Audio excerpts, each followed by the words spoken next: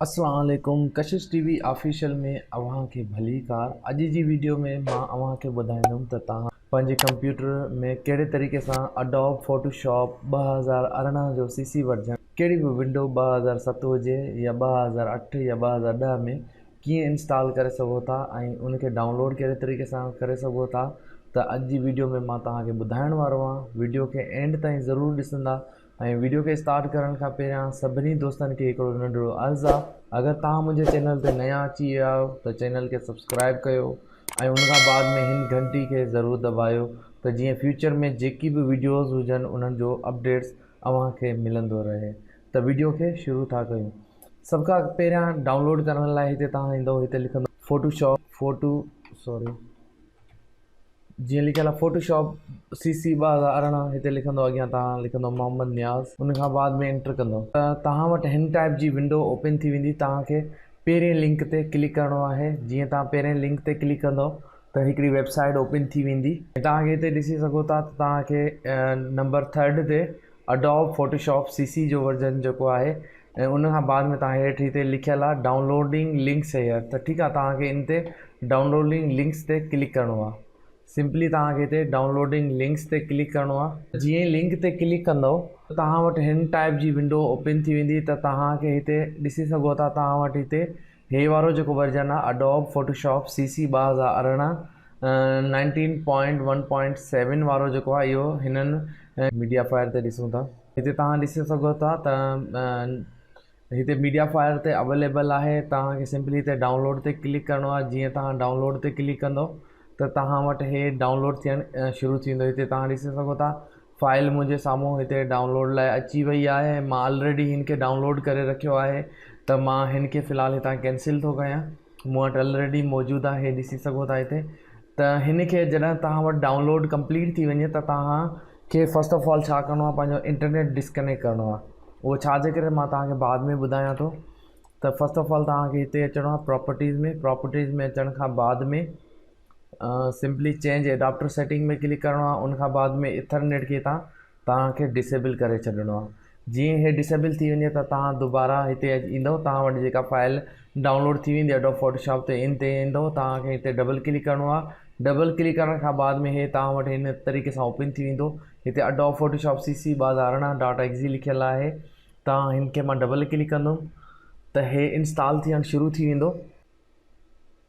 खां बाद में तव्हां वटि हिन टाइप जी परमिशन घुरंदो। हिते तव्हांखे येस करिणो आहे।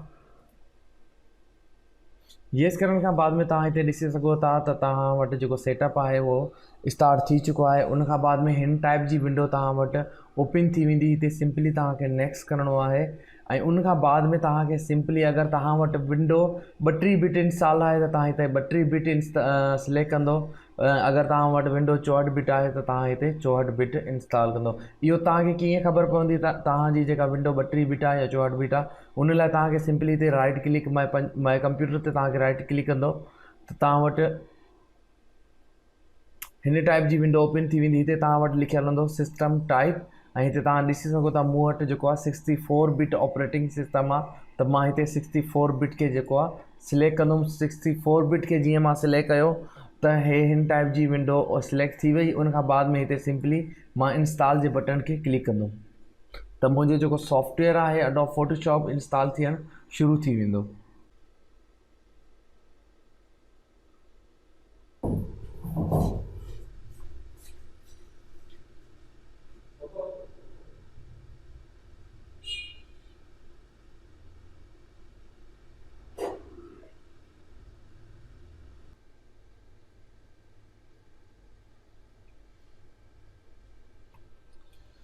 त उन खां बाद में तव्हां हिते ॾिसी सघो था स्ट्रैक थियण खां बाद में हिते तव्हां वटि हिकिड़ो नओं मेन्यू ओपन थी चुको आहे इंस्टॉलेशन जो। सिंपली हिते तव्हांखे कुझु बि चेंज न आहे करिणो। सिंपली हिते तव्हांखे कंटिन्यू ते क्लिक करिणो आहे।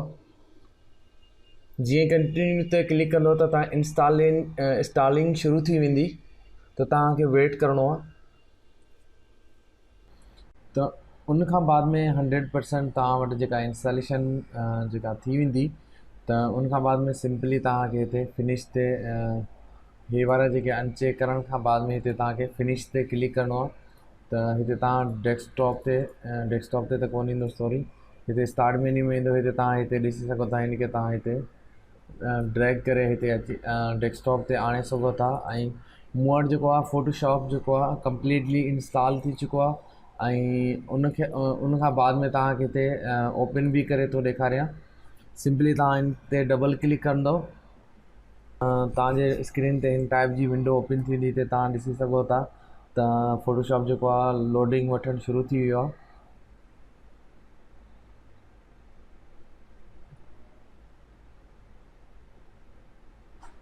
त उन खां बाद में तव्हां वटि हिते फ़ोटोशॉप जो आहे कंप्लीटली इंस्टॉल थी चुको आहे। हिते तव्हां ॾिसी सघो था त सिंपली फ़िलहाल मां हिन खे बाय डिफ़ॉल्ट जॾहिं तव्हां वटि हिन टाइप जी स्क्रीन शो थी वेंदी। ऐं तव्हांखे हिते हेल्प में अचण खां बाद में तव्हांखे फ़ोटोशॉप हेल्प अबाउट फ़ोटोशॉप, ठीकु आहे। हिते तव्हां जॾहिं अबाउट फ़ोटोशॉप में ईंदव त तव्हां हिते ॾिसी सघो था त हिते का बि रजिस्ट्रेशन वग़ैरह जी तव्हांखे कोन चवंदो। सिंपली तव्हां हिन खे जॾहिं इंस्टॉल कंदव त पहिरियां तव्हांखे नेट डिस्कनेक्ट करिणो आहे, उन खां बाद में इंस्टॉलेशन करणी आहे। नेट डिस्कनेक्ट करण जी वजह इहा ई आहे त तव्हांजो जेको हिन में कुझु फाइलूं हूंदियूं आहिनि जेके डाटा एक्ज़ी हूंदियूं आहिनि ऐं उहे स्टॉप थी वेंदियूं आहिनि। ऐं उन सां छा थींदो आहे त तव्हां प्रॉपर तरीक़े सां हिन खे इंस्टॉल नथा करे सघो। इन जे करे तव्हांखे नेट डिसेबल रखिणो आहे। ऐं हिते तव्हां ॾिसी सघो था त तव्हांजो फ़ोटोशॉप जेको आहे कंप्लीटली इंस्टॉल थी चुको आहे। त उमेद आहे त तव्हांखे वीडियो पसंदि आई हूंदी। अगरि वीडियो पसंदि आई आहे त वीडियो पंहिंजे दोस्तनि सां शेयर कयो ऐं वीडियो खे लाइक ज़रूरु कंदा। मिलूं था न्यू वीडियो में। तेसिताईं अल्लाह हाफ़िज़।